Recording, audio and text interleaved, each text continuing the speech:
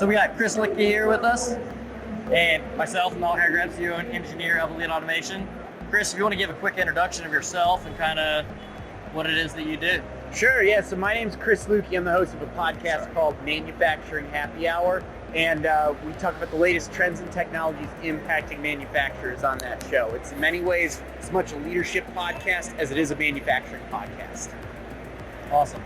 Yeah, and so a couple things that we want to talk about today is we want to talk about like schooling. That's going to be the first topic that we talk about.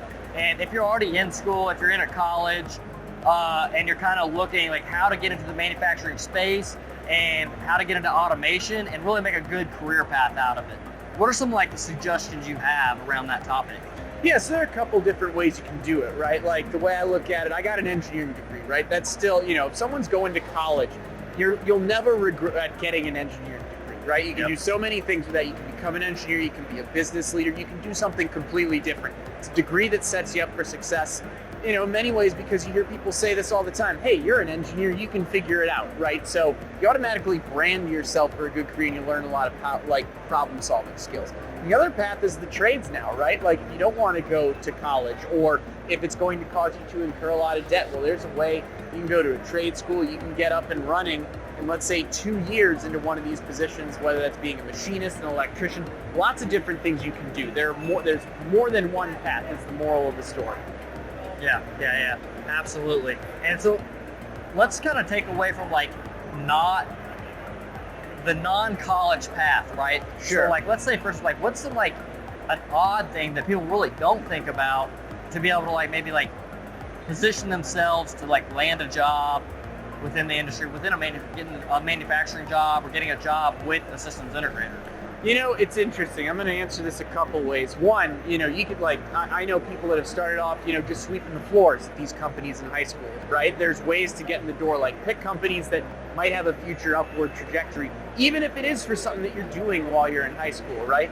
Get involved in programs like First Robotics. There's a great way to build your resume before you even get into a job. You can have these experiences that a system integrator would be like, wow, you've done robotics when you were in high school. That's incredible. The other thing is, don't discount any experience that you have. I've been a tour guide before. I've been a bartender before. I leverage all of those experiences to talk about how I can solve problems, how I can work with people, how I can manage within complex situations.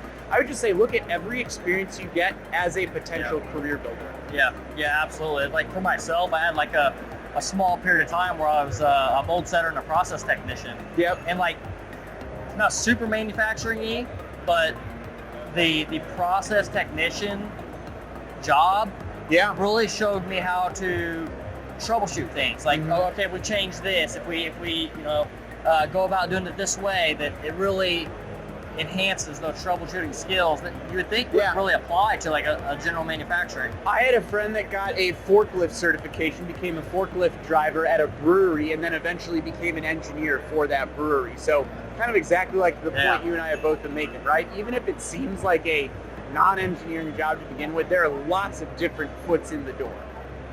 Absolutely. Awesome. Thank you for that one. No problem.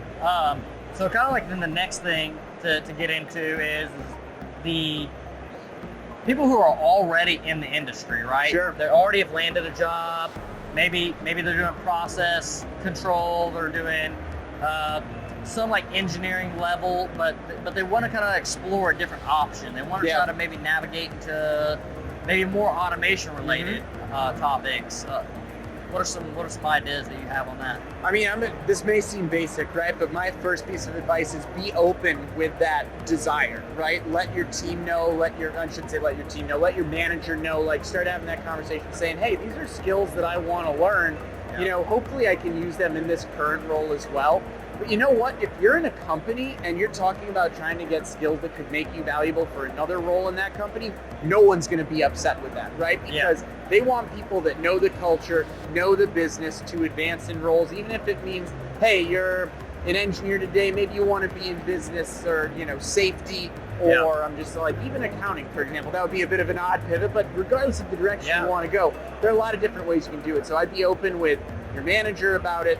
And I think that's when you're at a company, you want to make sure you're at a spot with a good culture, right? Because the last thing you want to be at is a spot that would squash you. Yeah, not right? promote. Yeah. And you know what?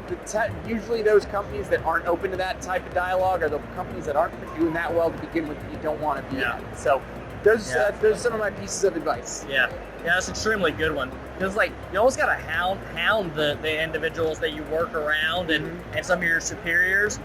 And then sometimes you even got to navigate around that, because sometimes there are cultures where like the people don't want to see you grow. Like an individual, a manager scared to share. You see that a lot with actually like technical skills. Like maybe this senior controls engineer, he doesn't really want to teach you different controls techniques that he learned. Maybe because he's worried for his own job. So sometimes you have to kind of navigate around and find a different individual to give you that opportunity. Lots of different ways, lots of different personalities that you'll work with in your career to help navigate these things. I think the biggest thing though is you want to work for a company that values growth, values people, because when you're there, that's where you can do a lot of cool things in your career. Absolutely. And so one of the last things I kind of wanted to talk about today is manufacturers, especially the ones that just really don't have familiarity with automation, right? Like maybe they have some machines or something like that, but they have like no robotic automation, no vision automation. Where are some of the areas that they should explore automating within their facility?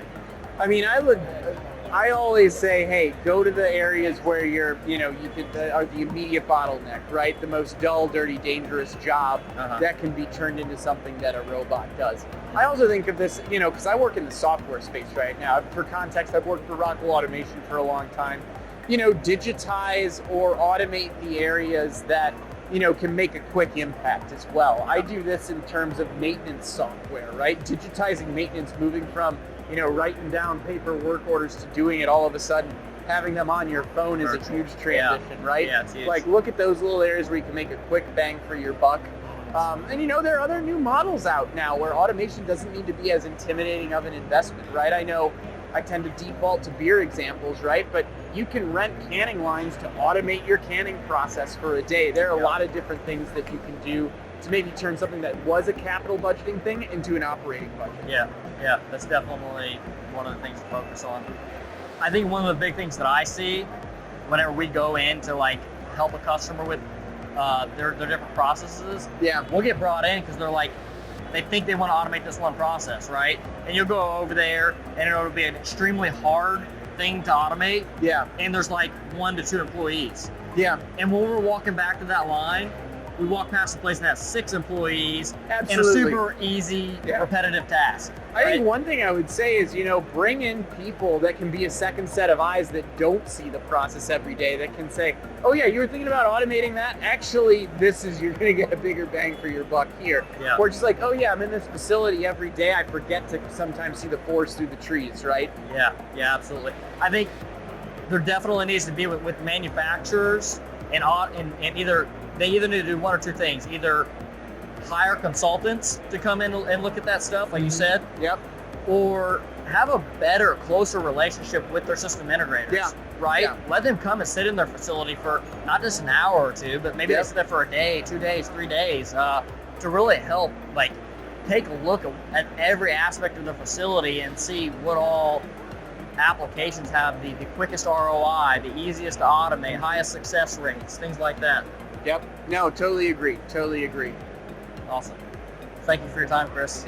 Malachi, always a pleasure chatting with you. Likewise. Thank you.